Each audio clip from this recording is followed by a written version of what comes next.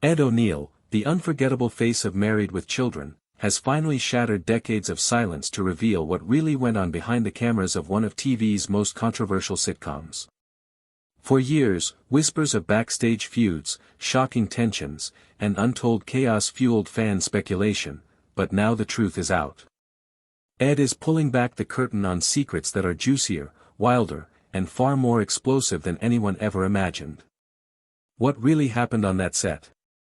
The revelations will leave you stunned. Ed O'Neill has finally broken his silence on what really went down behind the scenes of Married with Children. For years, Hollywood buzzed with rumors of backstage drama, tension that simmered just as fiercely as the chaos we saw on screen. The Bundys were built on dysfunction, trading insults and thriving in madness, but what no one knew was that some of that storm followed them off camera too. O'Neill, forever remembered as Al Bundy, has now dropped hints that one feud wasn't part of the script at all, it was real. His admission sheds light on a rift that fans had only whispered about for decades. And while most of the cast enjoyed an incredible bond, Katie Sagal, Christina Applegate, and David Faustino all recalling the instant chemistry that made the show magic, there was one shadow that loomed over the set, hidden until now. The magic of Married with Children only truly sparked to life when Christina Applegate and David Faustino joined the cast just before the show's official premiere in the spring. From that moment forward, the Bundys became unstoppable, a chaotic, hilarious unit that carried the sitcom through an incredible 11-season run, ending in 1997.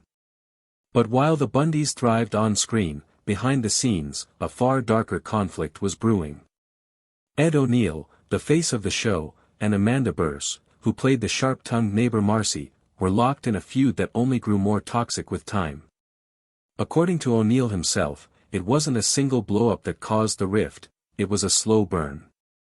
His blunt, no-nonsense approach clashed head-on with Bearse's increasingly outspoken personality, and the tension built until it finally exploded in a makeup room confrontation. Insults flew, voices rose, and O'Neill snapped, threatening to use his star power to have her removed from the show. Though he later admitted regret over pulling rank, he never apologized for the deeper truth, he simply didn't like her. That animosity wasn't just a passing phase, it was real, and it cut deep. When Bearse married during the show's run, nearly everyone from the cast and crew received an invitation. Everyone, that is, except O'Neill and Faustino. For O'Neill, it was a moment that confirmed what he had felt all along, the bad blood between them was never going away. When pressed, she allegedly told O'Neill that she was worried he'd laugh as she and her bride walked down the aisle in identical tuxedos. O'Neill promised he wouldn't. However, even his attempt to reassure her reportedly came with a smirk that he couldn't fully conceal.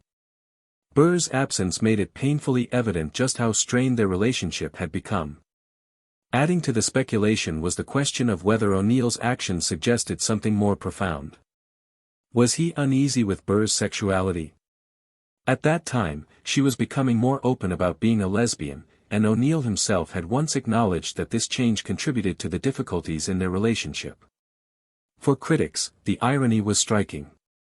Years later, he would make a comeback on television as Jay Pritchett in Modern Family, the head of a family that celebrated an openly gay couple at its core.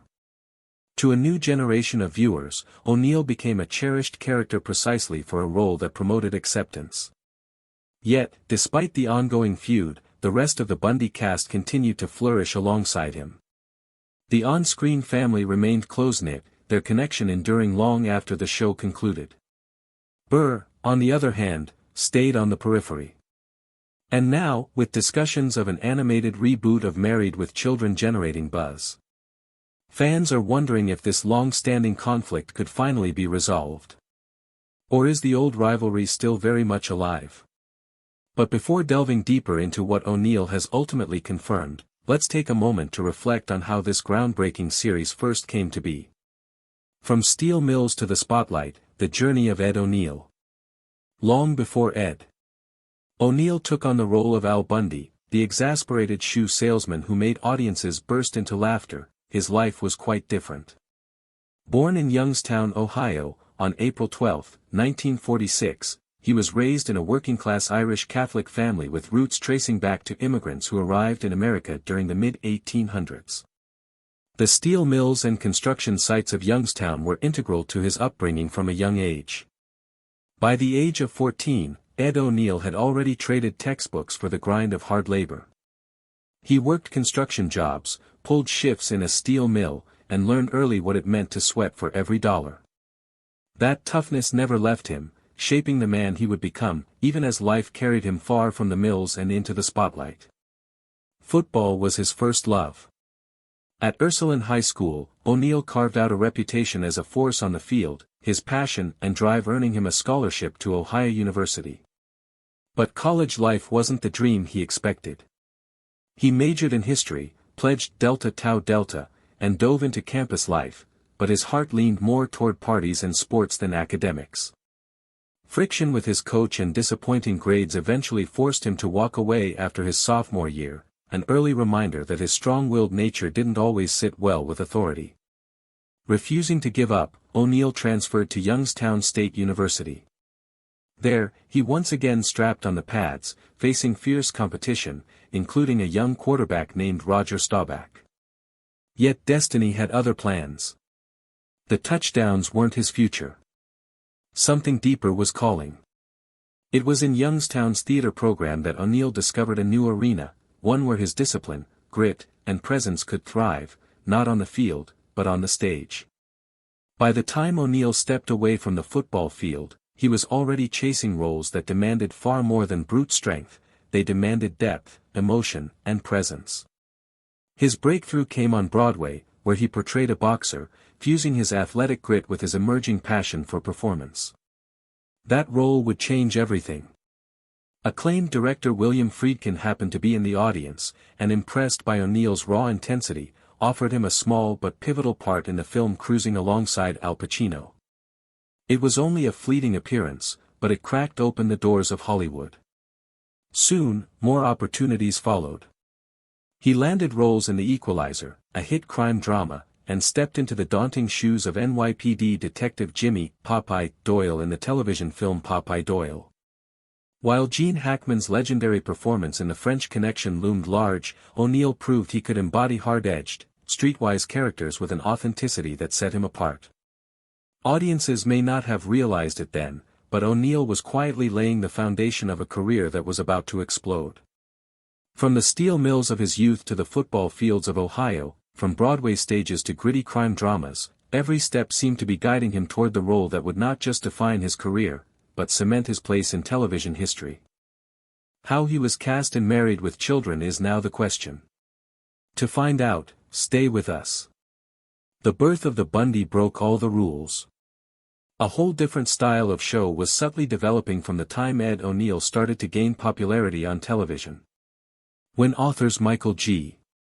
When Moy and Ron Levitt sat down to write their sitcom, they had no interest in the picture-perfect, well-groomed families that dominated prime time. Viewers were accustomed to the moral precepts of shows like The Cosby Show, where each episode concluded in a kind and enlightening manner. However, Moy and Levitt were adamant about burning that recipe. Initially humorously named Not the Cosbys, their documentary would delve deeply into dysfunction. It would use coarse, unrepentant humor that was cutting enough to make viewers cringe while they laughed, all while celebrating the imperfections of a striving lower-middle-class family. It was timing that enabled their vision. Fox was still a young network in the late 1980s, eager to differentiate itself from ABC, NBC, and CBS. Fox saw opportunity where the established titans perceived peril. Instead of controlling the authors, executives pushed them to use more sarcasm, innuendo, and circumstances that no other network would dare to use. That audacity made place for the Bundys, a family unlike any other to occupy American living rooms. It was crucial to cast this strange clan because scores of performers had attended auditions for the part of Al Bundy, the resentful shoe salesman with countless complaints. However, the authors halted in 1986 when Ed O'Neill walked in, sank into a chair, and made a casual gesture that was akin to a relative's resigned sigh. Everything they had in mind for Al was encapsulated in that one sigh. Defiance, exhaustion, and just enough humor to make suffering amusing. There was nothing else they needed to see. O'Neill was Al Bundy in that moment. Al's colorful but indolent wife, Peggy Bundy, was the next challenge. It wasn't like Katie Sagal showed up for her audition. With bright red hair and a tight, gaudy clothing, she practically strode in. She instantly recognized Peggy, the lady who refused to do anything around the house and who teased, nagged, and seduced in equal measure. Later, Sagal acknowledged that she sensed the character's spirit of rebellion right away and that fire made Peggy a household name. But the children were more difficult. Although Tina Casper, the original Kelly Bundy, filmed the pilot, she never got along with the other actors. After noticing the lack of connection, Fox decided to take a chance and bring in Christina Applegate, who is 15 years old. The job changed when she arrived. Kelly, a teenager the audience couldn't help but laugh at, was both absurd and somehow familiar thanks to Christina's blend of innocence and cunning wit. Later, she recalled how easily she adapted to the sardonic environment on set and felt at home. Bud Bundy also experienced recasting.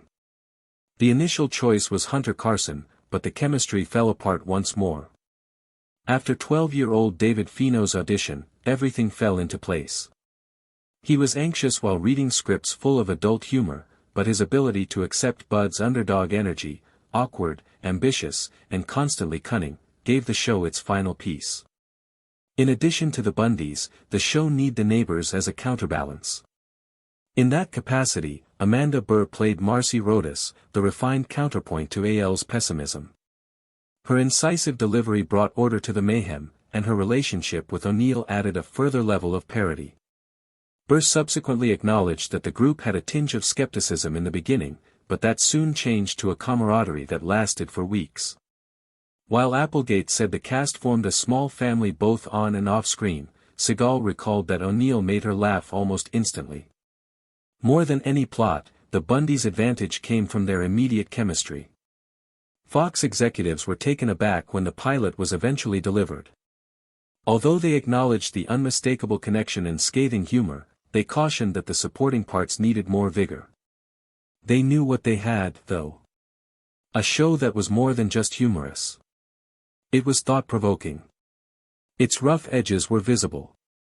It challenged viewers to take offense. In just a few episodes, Married with Children solidified its reputation as the anti-sitcom and sparked discussions across the United States. Critics referred to it as vulgar. It was deemed harmful by parents. And spectators were unable to turn away. Once disregarded, Fox now has the most boisterous and contentious family on television. The show soon went too far for some viewers as the Bundys strengthened their hold on living rooms. What followed permanently altered television. Continue to observe. What made the Bundys unstoppable was the scandal. An episode of Married with Children called Her Cup's Runneth Over was released in 1989. The plot seems to be typical of the irreverent tone of the show. Jefferson and Al Bundy snooped around lingerie stores. A plot full with sneaky jokes, innuendo, and clever visual gags. However, beneath its humorous exterior were components that would spark a cultural uproar. Semi-naked scenes, risque banter, and a flamboyant gay figure wearing a crown, things that most networks would never have touched. The criticism was swift, but none was more vocal than Terry Recolta, a mother of 4 from Michigan and the governor's sister-in-law. Outraged, she started a personal crusade that quickly turned into a nationwide boycott effort.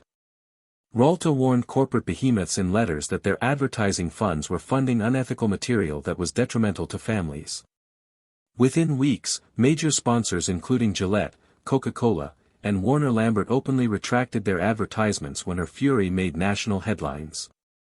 The repercussions was risky for Fox, which was still a fledgling company attempting to compete with ABC, CBS, and NBC. The network's survival was directly threatened by losing such well-known sponsors because it was mostly dependent on ad revenue. Fox pulled another I'll See You in Court episode from the schedule in an effort to calm the storm. The storyline, which focused on a couple who overheard sex in a hotel room, was judged to be far too graphic for primetime television. Years would pass before it reappeared, and even then, it would be greatly altered. The pressure inside the factory was constant. Later, Ed O'Neill recalled how each scene and every sentence suddenly had significance. Despite the extreme strain, I believe it sharpened the performance. We needed to come up with more inventive ways to convey the laughter. According to Katey Sagal, the environment is one of perpetual scrutiny, with critics able to analyze even a lifted eyebrow. Christina Applegate, who was only 17 at the time, was thrust into an intense limelight she never would have imagined. She became known as a teenage sex symbol almost immediately, which led to both job opportunities and unwelcome attention for which she was ill-prepared. However, the boycott's irony was astounding. It enhanced the show rather than deflated it.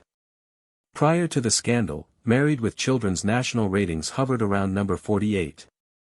It continuously rose into the top 50, and occasionally higher, over the ensuing seasons, and remained there for years. The Bundys had gone from being a brazen comedy family to cultural lightning poles after the attempted censorship backfired catastrophically. Television commentators noted that Ricolta's campaign had produced a classic example of the Streisand effect, which states that suppressing something only makes it more popular. Fox soon saw the benefit of the commotion. The network chose to capitalize on the controversy rather than offer an apology, redefining the show as a sitcom that wasn't appropriate for all homes. It turned into a cunning marketing tactic and a mark of distinction that set the Bundys apart from sterile television families like the Huxtables. Suddenly, viewers who might not have previously paid attention wanted to see what all the excitement was about. Although she still disapproved, Ricolta herself subsequently acknowledged, albeit bitterly, that her campaign had unintentionally made Married with Children a household name. There was no denying the long-term effects. Infuriating ardent fans who believed the Bundys' unadulterated edge was being diminished, controversial episodes that were later broadcast on cable or distributed on DVD were frequently cut or sanitized. However, the fame had already served its purpose. The program had established itself as a pioneer, demonstrating that television might succeed by confronting taboos rather than ignoring them. Behind the scenes, there was a high price for success. Private struggles, conflicting egos, and demanding schedules created tensions that the public was unaware of. Unrest off-camera became unavoidable as the Bundys roared on film. You'll be shocked by what exploded next. Don't pass it up. Behind the laughter, there are shadows. To the surprise of Amanda Barrers and David Garrison, who portrayed Marcy and Steve Rodas, TV Guide published a special issue in 1989 that featured the Married with Children ensemble. This was one of the first fractures. The only people on the cover were Ed O'Neill and Katey Sagal.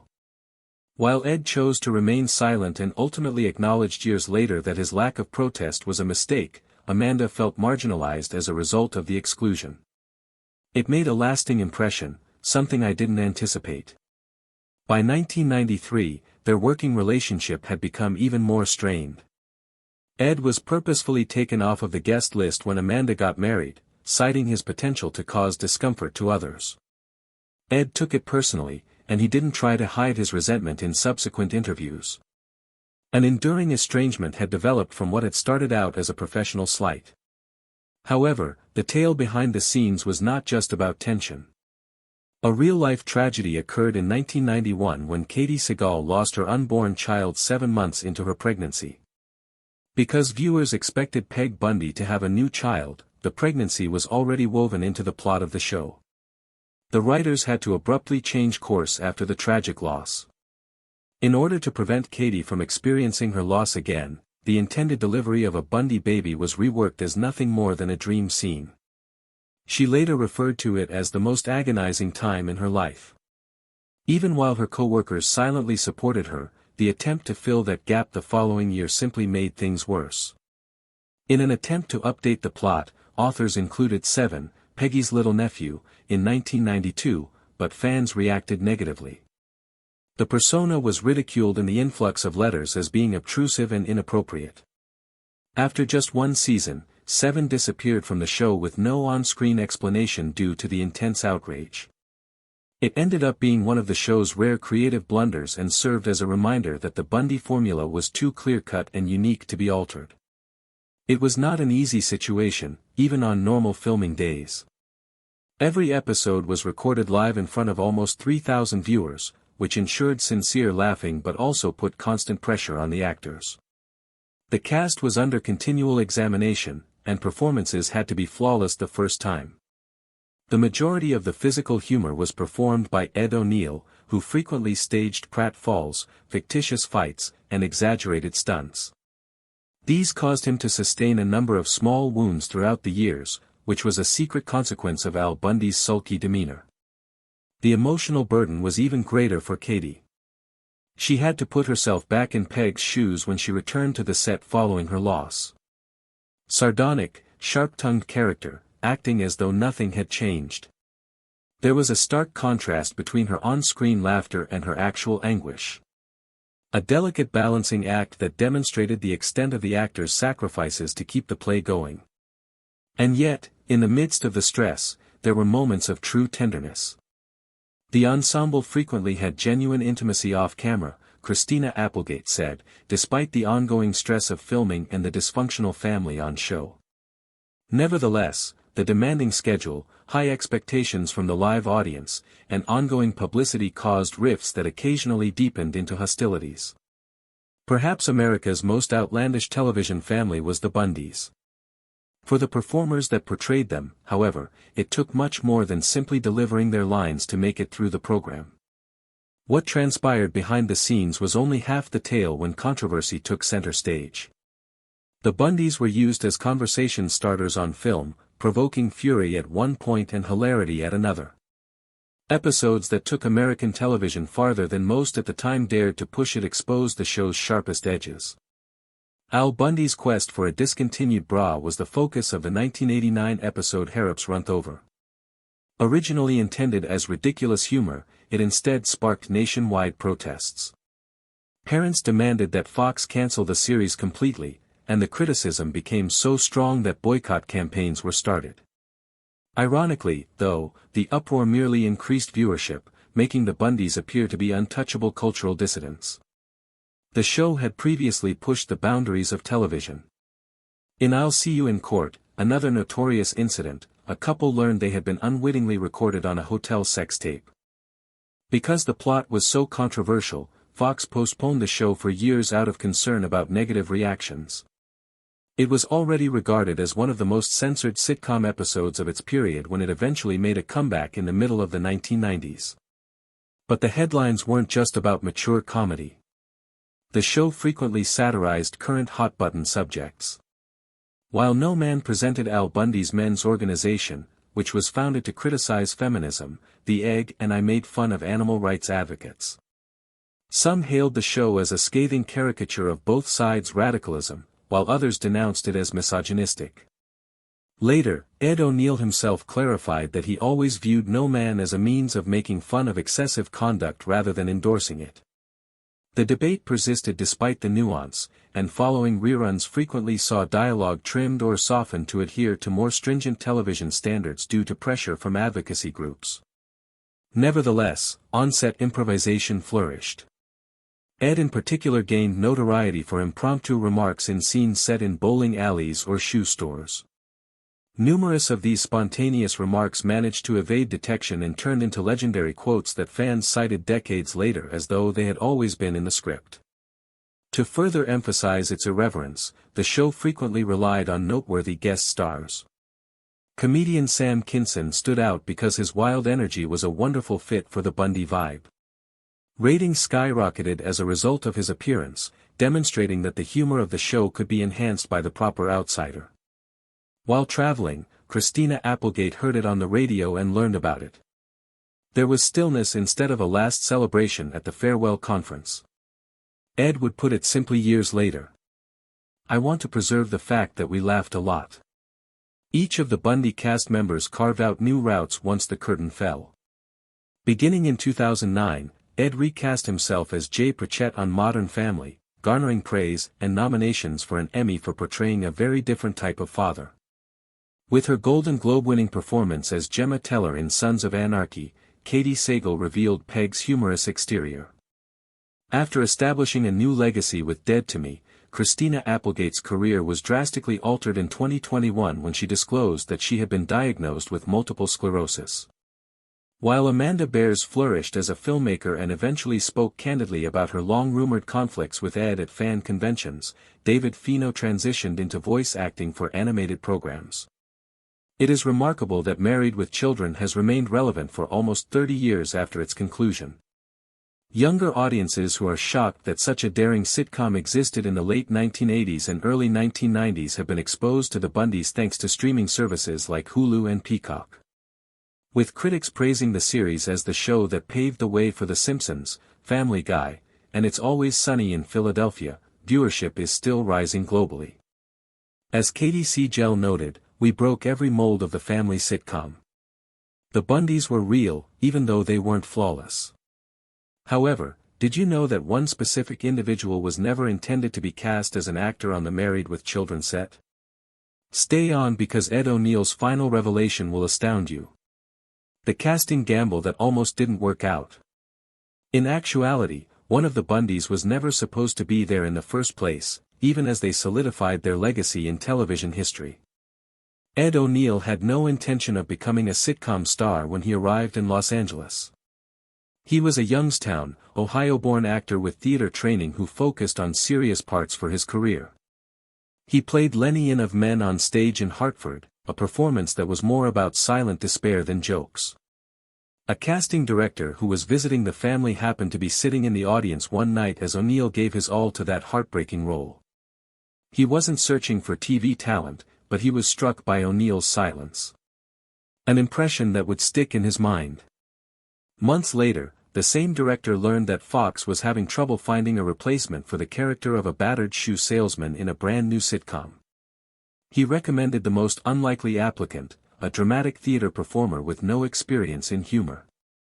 It sounded ridiculous at first, but the producers had to listen out of desperation. O'Neill was in Los Angeles, nursing his wounds from a failed pilot, when the call arrived. He entered the audition with no preconceived notions, still holding his sports bag after a sweaty handball match at the YMCA.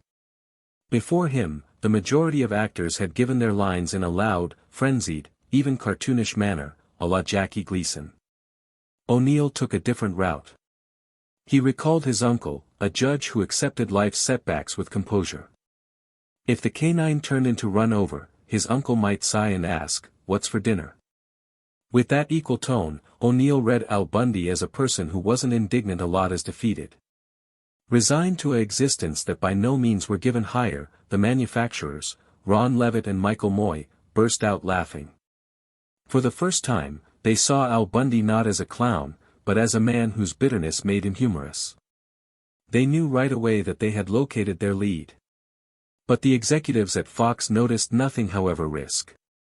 To Barry Diller, considered one of Rupert Murdoch's most trusted men, casting O'Neill was lunacy. Katie Siegel had already been selected as Peggy Bundy, and he believed she changed into Best. However, as for Ed, "You may do a hell of plenty higher for the man," Diller informed them flatly. In his eyes, having a bet millions on an unknown dramatic actor changed into a catastrophe ready to manifest. The producers refused to go into reverse. They argued that O'Neill's overall performance brought something particular, something proper to the man or woman. Diller's response turned into sharp, "Your funeral." The general public might have taken it as a command to hearth O'Neill. The producers took it as reluctant permission to maintain him. Diller retaliated by means of slashing the order for the show. In place of 12 episodes, Fox could fund just one, a high-priced Take a Look at run. If the pilot failed, the series would be buried without ceremony and O'Neill might return to obscurity. What made it great or brutal became that O'Neill himself had no concept. He filmed that first episode unaware that some of the most powerful guys in television had been having a bet against him while each person else on set felt the anxiety urgent down. Years later, lengthy after Married with Youngsters had run for 11 seasons and grew to become O'Neill right into a household call, destiny delivered him face-to-face with Barry Diller again. Through then, O'Neill had starred in movies like Dutch and changed into now not the unknown Fox had as soon as feared. Diller admitted almost casually, "I made a mistake approximately you." O'Neill, in no way one to brag, truly replied, all of us make them. That quiet trade hid the truth of just how close all of it got here to in no way going on. The position that described Ed O'Neill's profession, the weary, sarcastic Al Bundy, turned into one he was by no means purported to play at all. However, what you watched turned into Ed O'Neill truly the incorrect preference for Al Bundy or the name of the game weapon that stored Married with Children? We would want to hear your thoughts. Don't forget to subscribe.